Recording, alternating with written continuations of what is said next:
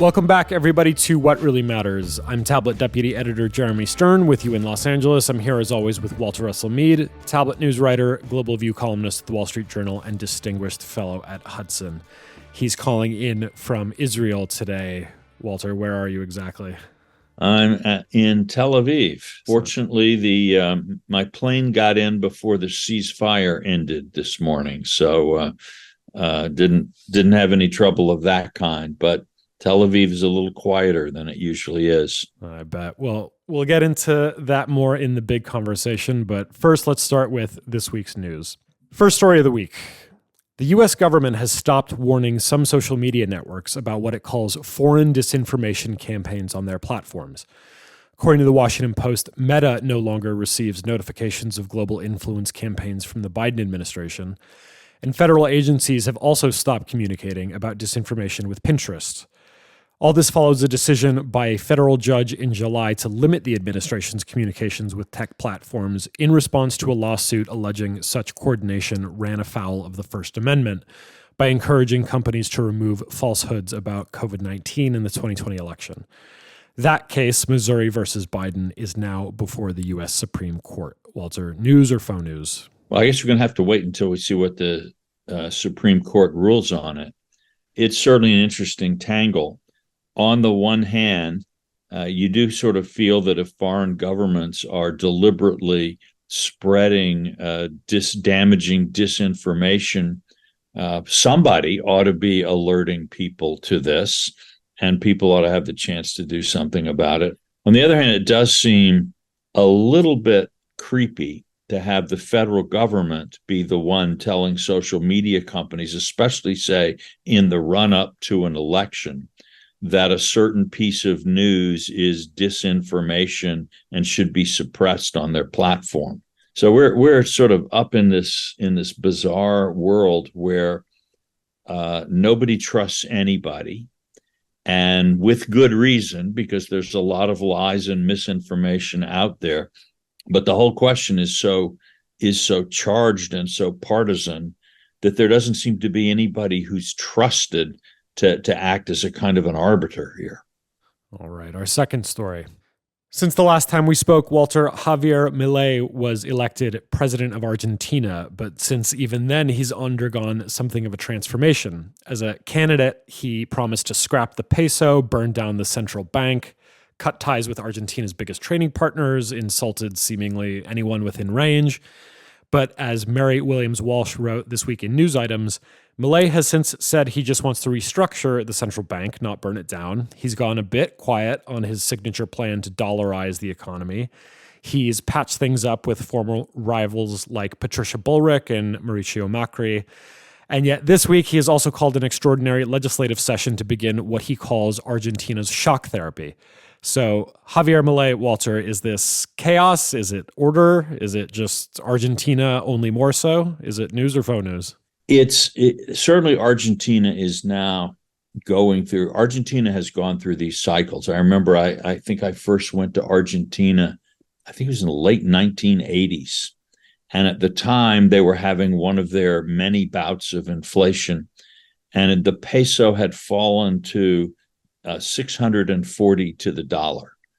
And I remember I was standing on the steps of the main cathedral downtown looking, and there was a family of beggars sitting next to me on the steps, as people often do on a cathedral.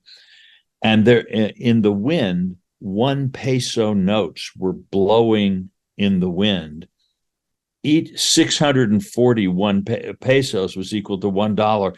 The beggars were not even bothering to snatch the 1 peso notes out of the wind. And I couldn't disagree with their logic. But I remember, it was really, the inflation was just frantic in those days. And I think they're up to something like 200% are expected to be there by the end of this year, end of this month. So it's a mess. But Argentina is so deeply disordered. When I think about it, I try to picture help Americans picture what's happening. Sort of at the center of 20th century American history, you have this couple, Eleanor and Franklin Roosevelt. Imagine if instead Jimmy Hoffa had married Marilyn Monroe, and that was the sort of political center of the United States in the 20th century. That's kind of Argentina with Juan Perón and Eva Perón. And at the same time, we've had this kind of populism around the Peronist establishment, except for the occasional coup and the occasional kind of revolt, has basically been running the country into the ground since World War II. And I think the odds are against a successful change. There are a lot of institutions, a lot of very powerful people in Argentina who have made their peace with the system and make a really good living out of it. So I think he faces a real uphill struggle. The last president who really tried to break free from the cycle was Carlos Menem, who tried to, in a way, dollarize the peso by sort of having a very rigid exchange rate. Ultimately, because his policies, he wouldn't adopt the fiscal or other policies necessary to make that work.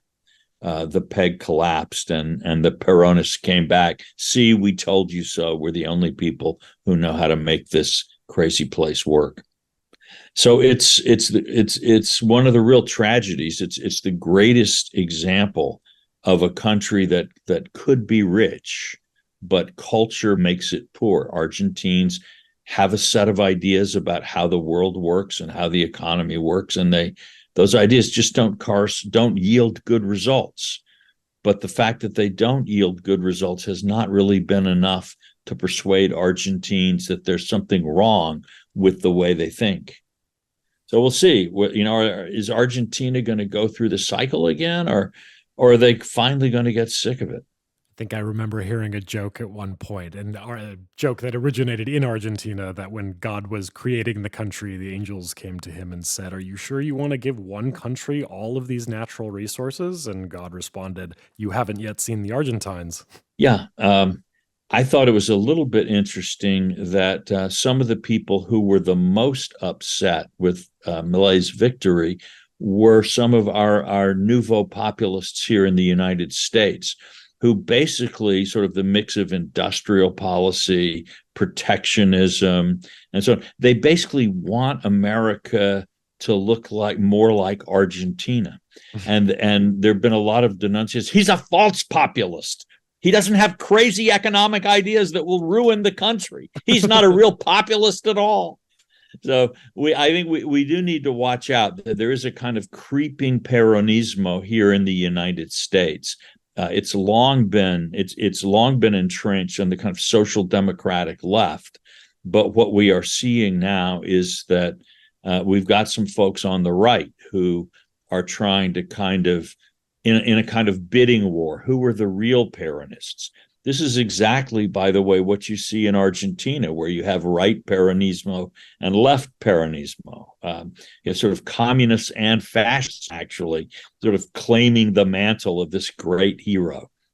Final story of the week, Walter, and it's just what we all needed. North and South Korea have reportedly deployed heavy military equipment along the demilitarized zone, while North Korea has also begun the reconstruction of guard posts and other military sites in the areas of the DMZ that had previously been destroyed under the 2018 Inter-Korean Military Pact.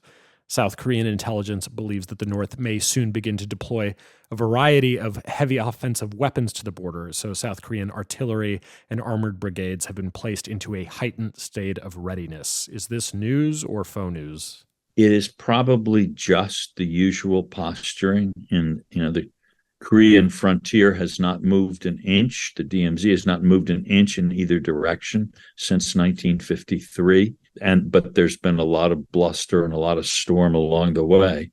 However, one has to note that at a time when international order is visibly weakening, old kinds of deterrents are visibly failing all over the world, that every flashpoint is dangerous than it used to be. So what's going on there is bad news. It is bad news, and it does not, with North Korea now more closely aligned with Russia, which is sort of far more of an adventurous power, much more interested in stirring up trouble, wouldn't bother Putin at all if the United States suddenly had to deal with a problem on the Korean peninsula, as well as in the Middle East, as well as in Ukraine. It wouldn't bother Putin at all. All right, that does it for the news this week. Let's have the big conversation.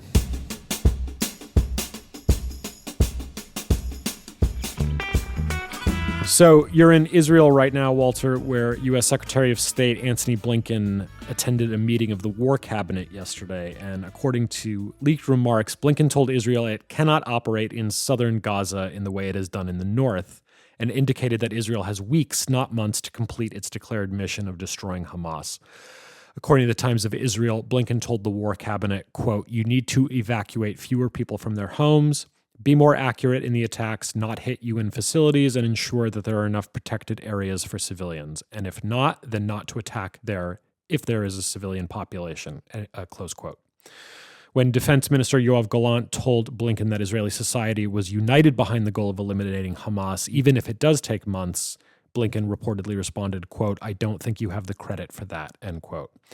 So, Walter, is this kind of an example of what the Israelis call a bear hug, where you shower your ally with support, but by controlling the flow of that support, you leverage your influence toward the actual goal of limiting their operations, maybe in some of the same ways we've seen in Ukraine? Yeah, I think I think the Biden administration, which is actually composed of some extremely competent diplomats from a sort of professional point of view, has really learned how to, on the one hand, get credit for supporting Israel and supporting Ukraine, but on the other hand, really twist their arms to make sure that they behave in ways that work from the standpoint of the Biden administration. In fact, my last column in the Journal was pointing to this, that there's been reports in the German press that Chancellor Scholz and President Biden have determined that what they want to do is force Zelensky into negotiations with Russia in 2024, and that the chosen method of doing this is to restrict the arms shipments that go to Zelensky, go to Ukraine, so that basically the Ukrainians have no hope of military victory and therefore have to enter into negotiation. In the same way, and I think using some of the same techniques, the Biden administration is on the one hand emerging as Israel's strongest international supporter, but also using the leverage that it has with the Israelis to say, okay, you can only do X, you can't do X plus.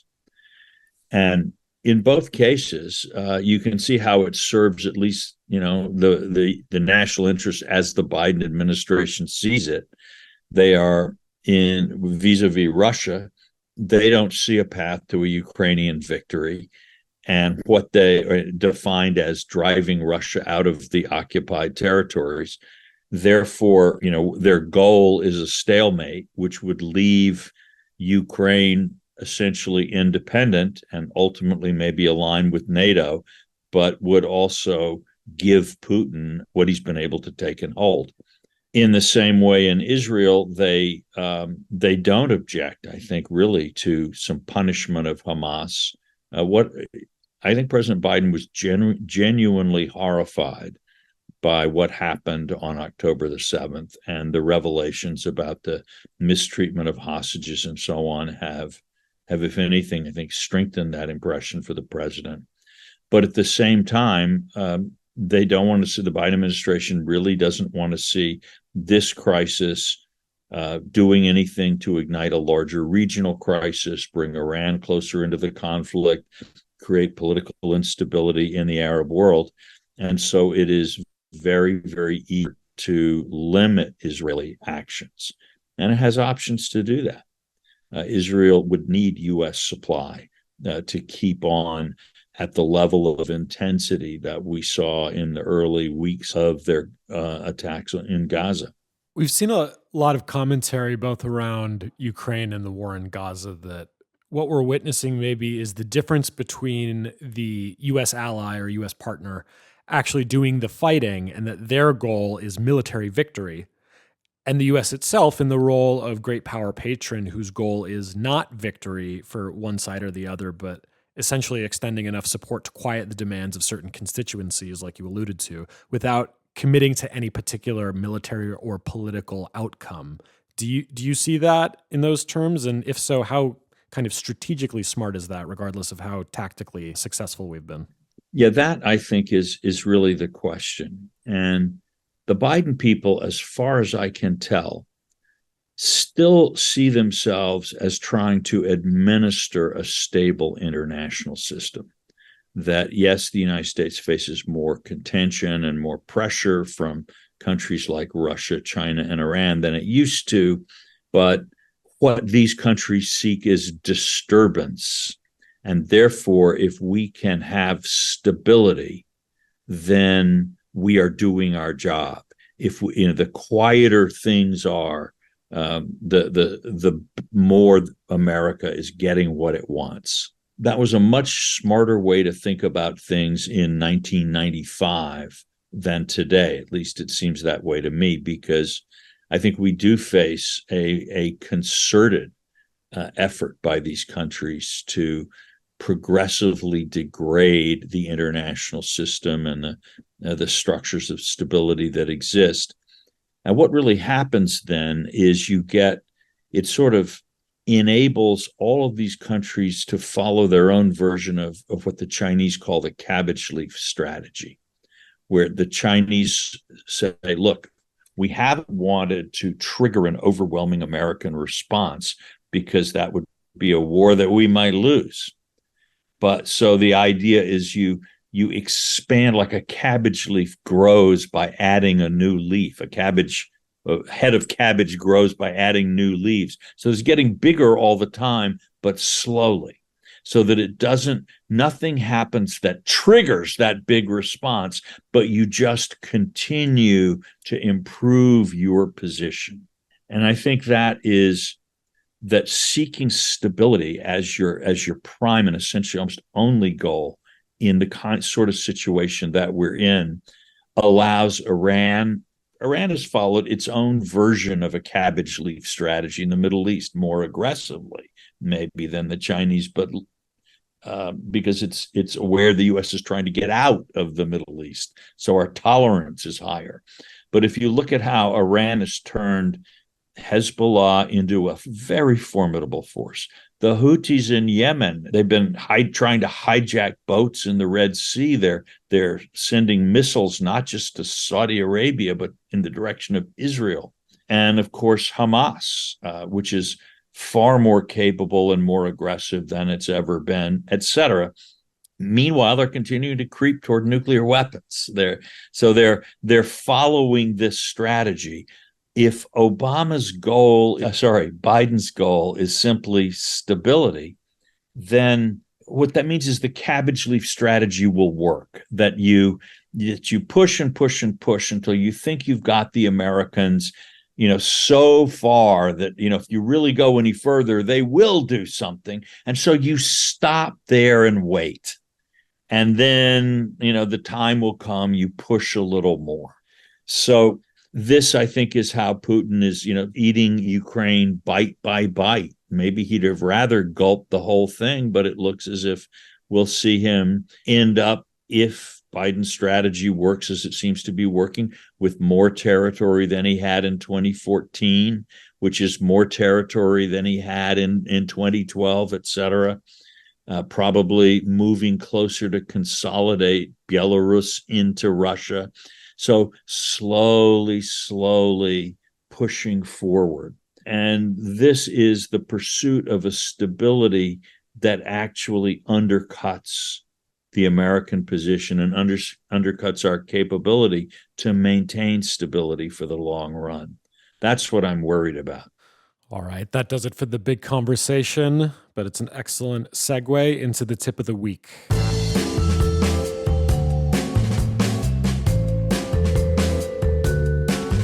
Henry Kissinger died on Wednesday, Walter, at the age of 100. You knew Kissinger for a long time, and we have a column on him to look forward to from you in the Wall Street Journal soon. So we're going to table our conversation about Kissinger on What Really Matters until next episode. But until then, while our listeners wait for that, give us your favorite book or article of his that they should read in the meantime, the one that you think best captured the quality of his thought and experience. Oh, the book that gives you the most insight into Henry would be A World Restored. This is a book he wrote about the Congress of Vienna and in 1814 and the diplomacy that followed in the next 5 or 10 years. And it is, for some readers, it's going to be a bit of a deep dive. You want to keep your Wikipedia open so that you can check and find out, like, who was this Castlereagh? Who the heck was Castlereagh? And you have to sort of, if you're not already literate in that period. But it is a brilliant exposition of statecraft, particularly of Anglo-American statecraft, or put it this way, how diplomacy and democracy, or at least pluralism, intersect. That you have these English statesmen who, on the one hand, they've got public opinion at home, and public opinion at home has, let's not get too involved in Europe, let's not get too involved with despotisms and so on. But then you also have international opinion, the society of states. There are the things that, you've got to work with Russia, you've got to work with Austria, et cetera, et cetera. So you have to somehow mediate between what diplomacy has to be in the international sphere and then what's your own public opinion, which is sometimes moralistic, sometimes isolationist, whatever it may be, what people want at home. You, as the diplomat, as the leader, it's up to you to bridge that gap, and it's really hard. This is, I think, it's a great exposition, but also it's this wonderful thing. This is really the only book, I think, that Kissinger wrote where he wasn't aware that he was a public figure with a reputation to enhance or a record to defend. This is a brilliant young person discovering and delighting in their extraordinary powers of mind. And there's a playfulness with the language. He was, all his life, he was actually a very, very witty person, and loved humor, and always had, could be quite funny on occasion. This is really, of all of his books, this is the one that reveals that side of him. All right, there you have it. Thanks to our producer, Noam Bloom, and Will Cummings at Hudson. Thanks to my co-host, Walter Russell Mead. I'm Jeremy Stern. We'll see you next time.